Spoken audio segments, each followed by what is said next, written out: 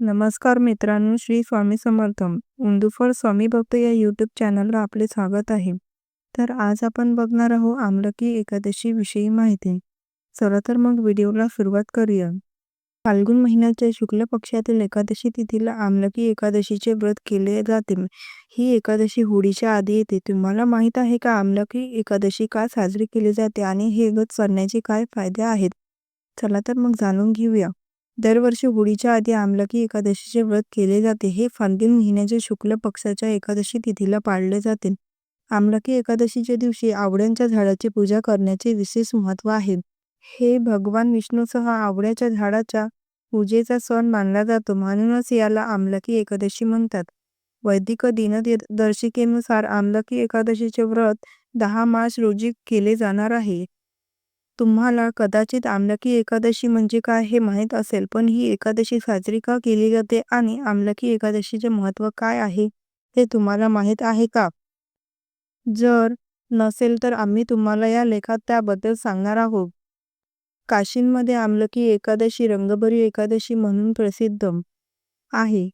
आमलकी एकादशीच्या दिवशी काशींमध्ये बाबा विश्वनाथांसोबत रंग आणि गुलालाची होळी खेळली जाते, म्हणूनच तिला रंगभरी एकादशी असेही म्हणतात. ही एकमेव अशी एकादशी आहे ज्यामध्ये विष्णूजी व्यतिरिक्त भगवान शिव पार्वतीच्या पूजेलाही विशेष महत्त्व आहे. सुखी वैवाहिक जीवन, मोक्षप्राप्ती आणि पापांपासून मुक्तीसाठी आमलका एकादशीचे व्रत खूप फलदायी मानले जाते. आमलकी एकादशीचे महत्त्व काय आहे? पद्मपुराणानुसार फाल्गुन शुक्ल पक्षांच्या एकादशीला भगवान विष्णूच्या मुखातून चंद्रासारखा गोल एक लहान थेंब पृथ्वीवर पडला, ज्यापासून आवळ्याचे झाड वाढले. या कारणास्तव या एकादशीला आमलकी एकादशी असे म्हटले जाऊ लागले. आमलकी म्हणजे आवळा, म्हणूनच त्याला आमलकी असेही म्हणतात.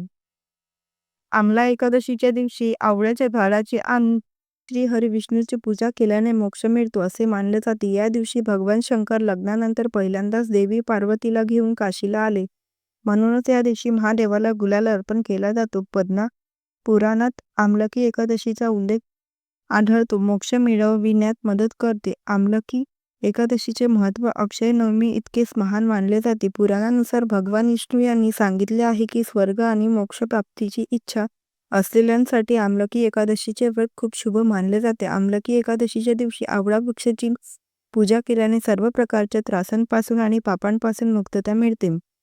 आमलकी एकादशीचा उपवास केल्याने अनेक तीर्थक्षेत्रांना भेट देण्याइतके पुण्य मिळते. धार्मिक ग्रंथानुसार आमलकी एकादशीचे व्रत 1000 गायी दान करण्याइतके पुण्य देते. आवळा वृक्षांच्या मुळाशी विष्णू खोडात शिव वर ब्रह्मा फांद्यांमध्ये देवमुनी आणि मध्ये देवता राहतात अशी धार्मिक श्रद्धा आहे. म्हणून या दिवशी आवळा वृक्षांची आणि श्री हरी विष्णूंची पूजा केल्याने मोक्ष मिळतो. आता बघूया आमलकी एकादशीचा शुभ मुहूर्त. आमलकी एकादशीचा मुहूर्त ब्रह्मा मुहूर्त 10 मार्च सकाळी 4:59 ते 5:48 पर्यंत. गोधूली मुहूर्त 10 मार्च सायंकाळी 6:24 ते 6:49 पर्यंत. निशिता मुहूर्त 11 मार्च दुपारी 12:07 ते 12:55 पर्यंत. अभिजित मुहूर्त 11 मार्च सायंकाळी 6:12 ते 7:52 वाजेपर्यंत. अमृत काळ 11 मार्च दुपारी 12:08 ते 12:55 पर्यंत. व्हिडिओ आवडला असल्यास व्हिडिओला लाईक, शेअर आणि सबस्क्राईब करा. धन्यवाद. श्री स्वामी समर्थ.